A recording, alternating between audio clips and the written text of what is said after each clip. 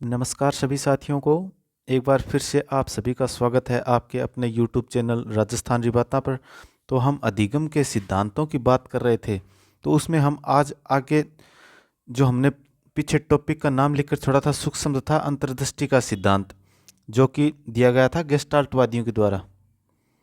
गेस्टाल्टवादी, जैसे कि सीधी सीधी बात करूं तो मैं एक गेस्टाल्ट जो है एक जर्मन शब्द है जिसका अर्थ है पूर्णाकार से अर्थात ये जो सिद्धांत है ना, सूझ का सिद्धांत, इसमें इन्होंने इसका बखूबी प्रयोग किया है। अर्थात इन्होंने कहा कि जो भी कभी कोई सामने समस्या है ना, तो उसको सबसे पहले संपूर्ण रूप से देखो तथा उसके बाद में उसे अंश अंश करके हम आसानी से हल कर सकते हैं।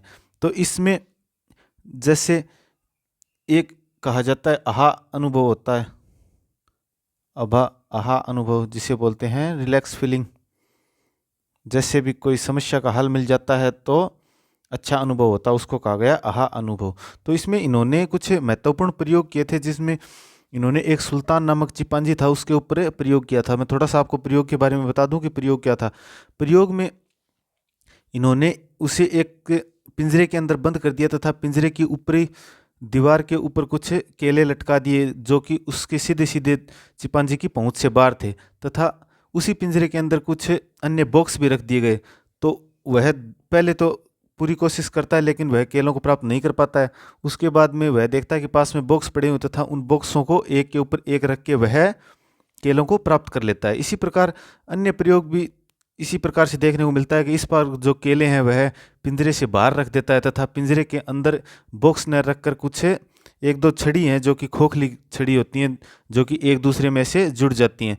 तो वह पहले अपने हाथों से ट्राई करता है लेकिन वह प्राप्त नहीं कर पाता है। उसके बाद में वह देखता है कि पिंजरे के अंदर कुछ छड़ियाँ पड़ी हैं, तो वह उनको ऐसे आगे करके या जोड़ के, उसके दिमाग में सूझ उत्पन्न होती है अचानक से, ठीक है, तो उनको जोड़ के वह केलों को प्राप्त कर लेता है। तो इसको हम प्रयोग में हमने समझ लिया कि कौन सा क्या प्रयोग था। तो अब इसको कुछ अन्य नामों से भी जाना जाता है, या मैं सबसे पहले कहूँ तो गेस्टाल्ट सिद्धांत कहा जाता है। गेस्टाल्ट सिद्धांत के मुख्य रूप से इनमें तीन व्यक्तियों का नाम आता है या तीन मनोवैज्ञानिकों का नाम आता है, जिसमें सबसे पहले नाम आता है मैक्स वर्दीमर का, वैक्स वर्दीमर। एक आते हैं कोलर और एक आते हैं कोफका। इनमें कुर्ट लेविन का भी नाम देखने को मिलता है, लेकिन मेनली इन तीनों का नाम देखने को मिलता है, मैक्स वर्दीमर, कोलर और कोफका। तो ये सूझ और वास्तविकता का सिद्धांत कहा जाता है इसको। सूझ का सिद्धांत क्योंकि अचानक से उसको सूझ आती है। पूर्णाकार का सिद्धांत क्योंकि वह जो समस्या है उसको पूर्ण रूप से देखते हैं। पूर्ण से अंश का सिद्धांत अर्थात सबसे पहले उसको पूर्ण रूप में देखते हैं, फिर उसको अंशों में विभाजित करके उसका हल निकालते हैं। तो ये सिद्धांत इतना ही है। अब जैसे इसको अगर हम शिक्षा के क्षेत्र में देखें तो शिक्षा के क्षेत्र में किस प्रकार से इसका हम प्रयोग कर सकते हैं। तो शिक्षा में जैसे अब छोटे बालकों के लिए तो ये काम की चीज़ नहीं है, क्योंकि इतनी उनमें समझ नहीं होती है किसी समस्या को लेकर। तो हम ये कह सकते हैं कि बड़ी कक्षाओं हेतु उपयोगी है ये। जो बच्चे अधिक प्रतिभाशाली हैं उनके लिए भी उपयोगी है, क्योंकि वो जल्दी सूझ का प्रयोग कर सकते हैं। खोज विधि का प्रयोग अर्थात बच्चों के सामने कोई समस्या रख दी जाती है तो उससे वह आने वाली समस्याओं को देखते हुए नई नई खोज करते हैं। रचनात्मक कार्यों पर बिल्कुल बल मिलेगा इसमें।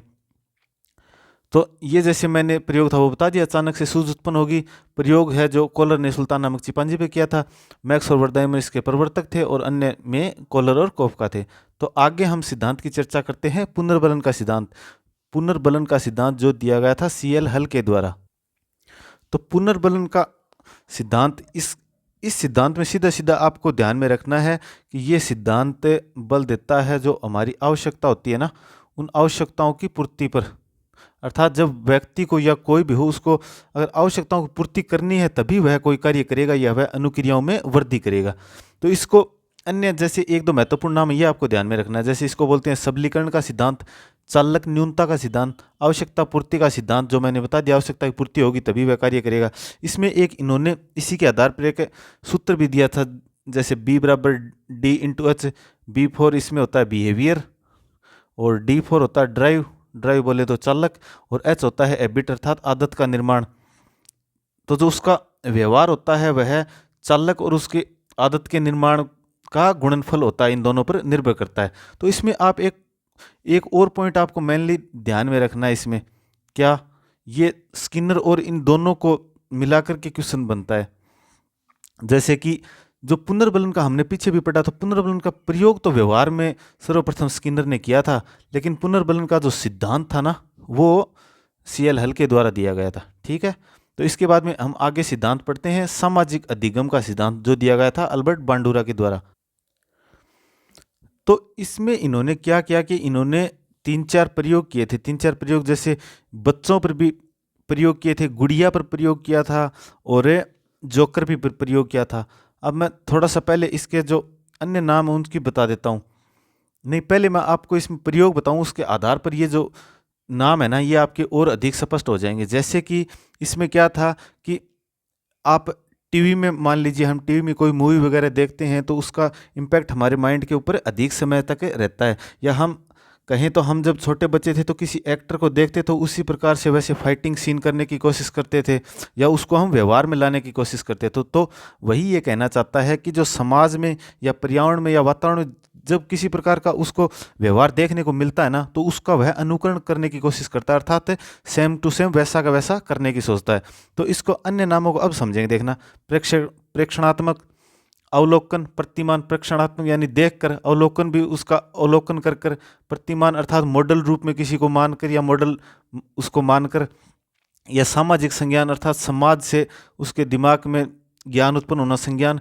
इसमें इन्होंने प्रयोग किया था बालकों, गुड़िया तथा जोकर पर इन्होंने प्रयोग किया था।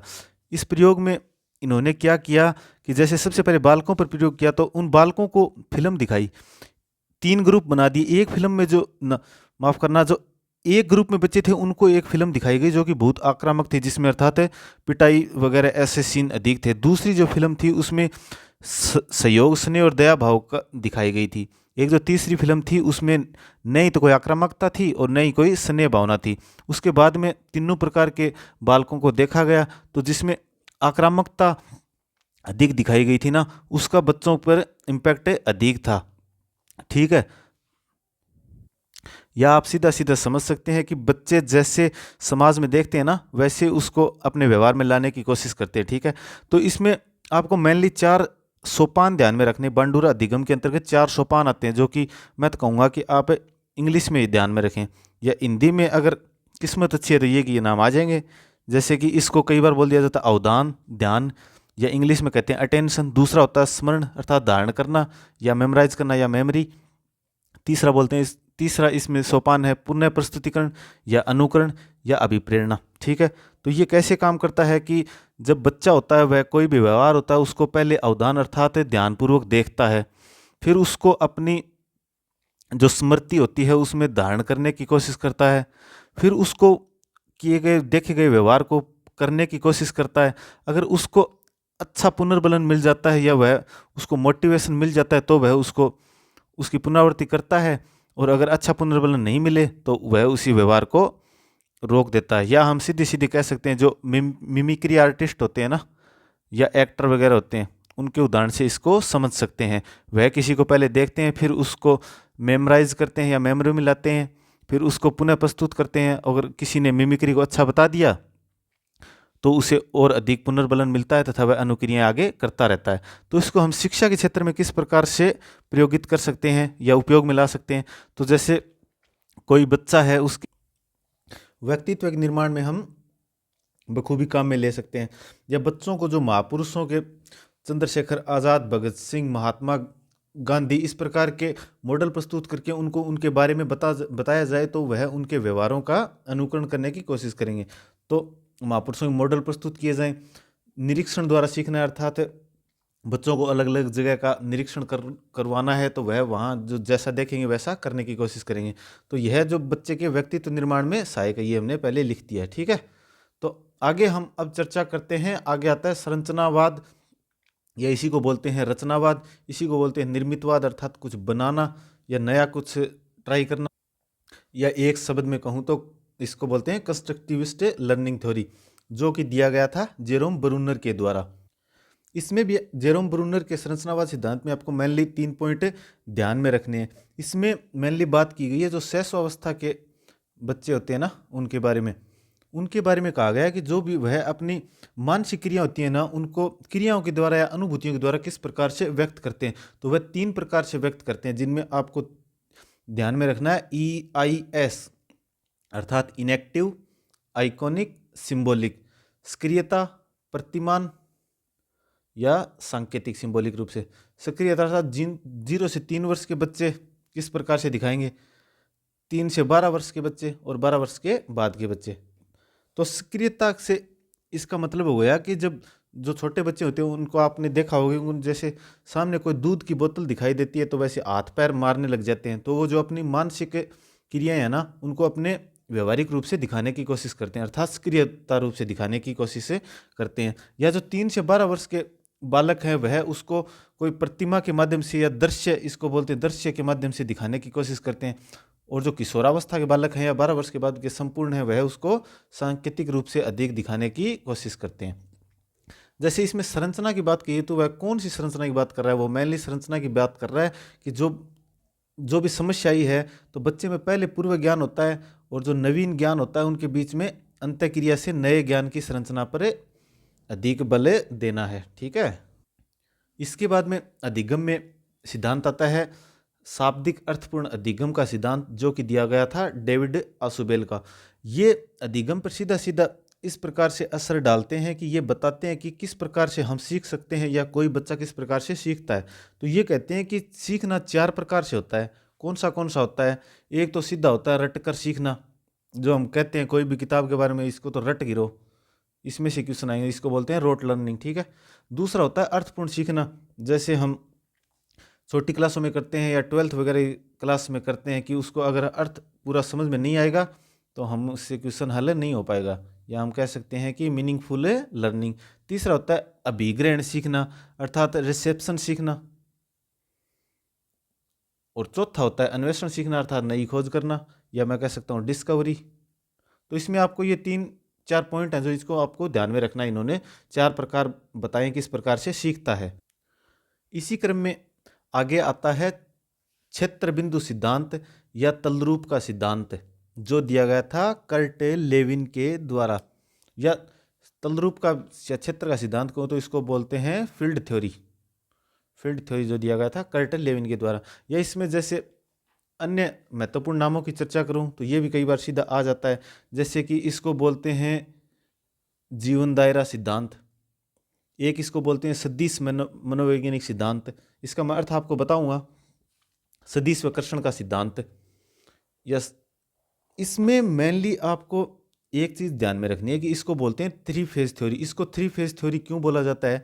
क्योंकि इसमें 3 इन्होंने व्यक्ति के सीखने के या क्षेत्र के 3 फेज बताएं, जिनमें पहला बताया जीवन दायरा, दूसरा बताया सदिशकर्षण और तीसरा बताया है टोपोलॉजी। तो जीवन दायरा इन्होंने बताया है कि जो व्यक्ति के आसपास या वह रह रहा है, जिससे वह सीख रहा है, वह उसका जो दायरा होगा वह उसका जीवन दायरा होता है। दूसरा उसने शब्द काम में लिया है सदिश और कर्षण। जो सदिश शब्द काम में लिया वह तो काम में लिया है भौतिकी से अर्थात फिजिक्स से, और ये काम में लिया है मैकेनिक्स से, कर्षण शब्द। तो इसमें क्या होता है, इसने कहा कि कोई व्यक्ति है और वह अपने गोल की तरफ उसको प्राप्त करने की कोशिश कर रहा है। तो जो सदिश होता है ना, सदिश तो उसको जो गोल की तरफ भेजती है या धक्का देती है वह ऊर्जा होती है। और जो कर्षण होती है कि गोल के द्वारा ऐसी कोई ऊर्जा जो वह उसको अपनी ओर आकर्षित करती है। तो ये सदिश गोल की तरफ और कर्षण है गोल की तरफ से अपनी ओर आकर्षित करती है। तो इसकी आपको ज़्यादा डीप में नहीं जाना, इनको 3 शब्दों को ध्यान में रखना है, जीवन दायरा, सदिश कर्षण और टोपोलॉजी।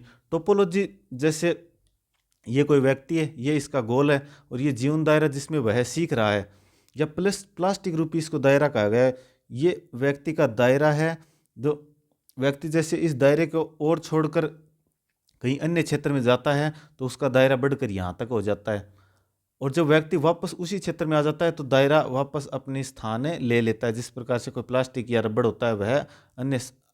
या इन्होंने सीधा सीधा कहा कि जो बच्चा सीखता है ना, तो जैसे उसके मुंह पे अनेकों आकृतियां बनती हैं, कई बार वह टेंशन में आ जाता है, तो जब वापस से वह अपना मुंह सही करता है ना, तो वापस से उसका मुंह वैसा का वैसा हो जाता है, अर्थात पहले वाली शेप में आ जाता है। ठीक है, तो इसमें मैं एक बार फिर से कह रहा हूँ, आपको ये 3 शब्द ध्यान में रखने हैं, जीवन दायरा, सदिशकर्षण और टोपोलॉजी।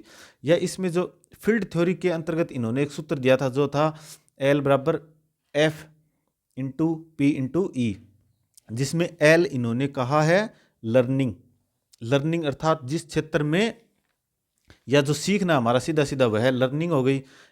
F जिस क्षेत्र में सीख रहा है या फील्ड थ्योरी हो गई, जिस क्षेत्र में सीख रहा है या फील्ड थ्योरी। ठीक है, P हो गया वह जो व्यक्ति है जो सीख रहा है। E हो गया एनवायरनमेंट, E हो गया एनवायरनमेंट। एनवायरनमेंट भी किस प्रकार का, साइकोलॉजिकल एनवायरनमेंट। ठीक है, तो आपको सीधा सीधा इसमें सूत्र ध्यान में रखना है, L बराबर F P इंटू E, जो सूत्र है वो दिया गया था कर्टे लेविन के द्वारा। आगे इसी क्रम में सिद्धांत आता है एक चिन्ह पूर्णाकार सिद्धांत, जिसको हम बोल सकते हैं sign learning theory, sign learning. तो इसका प्रतिपादन किया था टोलमैन ने। तो टोलमैन जो है वो कहते हैं कि जो बालक है उसको सीखने के लिए इस प्रकार का वातावरण उसके आसपास से तैयार किया जाना चाहिए, जिससे कि जो वातावरण में उपस्थित चिन्ह है ना, उनके द्वारा वह आसानी से सीख सके। और इन्होंने एक बात और कही थी कि बालक के बिना किसी उद्दीपक के व्यवहार को व्यक्त नहीं करता, अर्थात बालक से उसका व्यवहार आपको निकलवाना पड़ेगा, उसके सामने कोई उद्दीपक देना पड़ेगा। उद्दीपक के बिना बालक अपने व्यवहार को व्यक्त नहीं करता, तो तभी तो इसको कहा गया है अव्यक्त अधिगम, जिसको कहा जाता है लेटेंट लर्निंग थ्योरी, या इसी को बोलते हैं प्रतीक अधिगम। तो इसमें आप में तीनों को कौन सा इनाम देखने को मिल सकता है? जैसे चिन्ह पूर्णाकार, अव्यक्त अधिगम और प्रतीक अधिगम, तीनों के ही दिया था टोलमैन ने।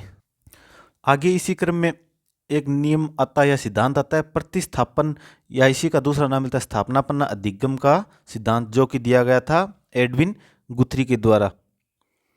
एडविन गुथरी के द्वारा दिया गया था। तो इनका सीधा सीधा मानना था, ज़्यादा डीप में नहीं जाना है, कि उद्दीपक और अनुक्रिया जितनी नज़दीक होंगी ना, उतना ही उनके मध्य अधिगम अधिक स्पष्ट होगा। तो इसको अन्य नाम भी, जैसे एक समीपता का सिद्धांत, अर्थात उद्दीपक अनुक्रिया को समीप होना आवश्यक है, या इसमें एक नाम और आता है एकल प्रयास सिद्धांत, क्योंकि इन्होंने कहा था जो व्यक्ति सीखता है ना, वह प्रयासों के माध्यम से ही सीखता है, अर्थात प्रयासों का ही परिणाम है सीखना, इसीलिए इसका नाम रखा था एकल प्रयास सिद्धांत।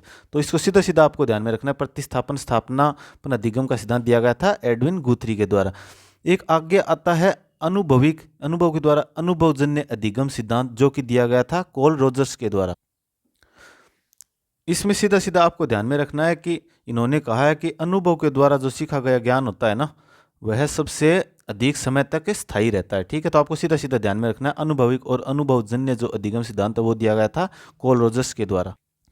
इसी क्रम में आगे एक और सिद्धांत आता है आवश्यकता पदानुक्रमिक सिद्धांत, जो कि दिया गया था अब्राहम मैस्लो के द्वारा। आपको सीधा ध्यान में रखना है आवश्यकता पदानुक्रमिक सिद्धांत किसके द्वारा दिया गया? अब्राहम मैस्लो के द्वारा। आगे आता है रॉबर्ट गैने के 8 प्रकार बताए इन्होंने सीखने के, जो बहुत महत्वपूर्ण है, उनको हम एक स्लाइड में अभी डिस्कस करते हैं। जैसे सीखने के 8 प्रकार बताएं, जिसको हम नीचे से लेकर चलेंगे, या छोटे बालक से बात कर सकते हैं, जैसे जैसे बड़ा होता है उस प्रकार से। तो बच्चा सबसे पहले सीखता है संकेत अधिगम के द्वारा, या मैं सीधा बात करूं तो पहले प्रकार का है संकेत अधिगम। इसमें मेनली सीधा सीधा पहला क्वेश्चन आपको ध्यान में रखना है, सीधा आ जाता है कि रॉबर्ट गैने का जो प्रकार सिद्धांत है ना, उसमें निम्नतम स्तर कौन सा है? तो उसमें निम्नतम अधिगम है संकेत अधिगम, और मैक्सिमम की बात करें या उच्चतर या सर्वश्रेष्ठ कहे तो वह है समस्या समाधान। तो सबसे पहले संकेत अधिगम की बच्चा संकेतों के माध्यम से सीख रहा है। जैसे कोई सड़क की लाल बत्ती है, हरी पीली बत्ती है, उसके बारे में सीखना। ठीक है, तो ये संकेत अधिगम में आ जाएगा। जैसे बच्चे को गणित में प्लस माइनस से गुणा इस प्रकार से दिखाया जाता है, तो उसको प्लस दिखाया जाता है, तो उसको अधिगम हो जाता है कि उसको इसको जोड़ना है।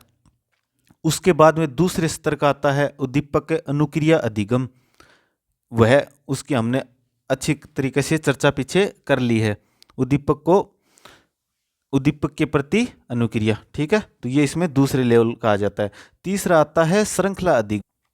श्रृंखला अधिगम जैसे कि एक श्रृंखला के रूप में सीखना, जैसे कोई बच्चा है वह पहले साइकिल चलाना सीखता है, उसके बाद में उसने बाइक चलानी सीखी, उसके बाद में वह कार गाड़ी चलाना सीख जाता है। तो ये श्रृंखला अधिगम है। आगे आता है शाब्दिक साहचर्य अधिगम।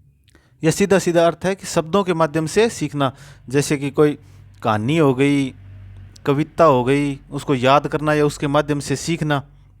इसके बाद में आता है विभेदन अधिगम, अर्थात जब बच्चा इतना कुछ सीख जाता है तो उसमें माइंड में आ जाता है या वह दो आकृतियों के बीच में या दो वस्तुओं के बीच में अधिगम या माफ करना विभेदन करना सीख जाता है। जैसे उसको बाद में पता चल जाता है कि ये वर्ग है, ये त्रिभुज है या ये वृत्त है, इस प्रकार से सीख जाता है। उसके बाद में वह सीखता है संप्रत्यय से, कंसेप्ट से, अर्थात वह कंसेप्ट क्लियर करते हुए चलता है।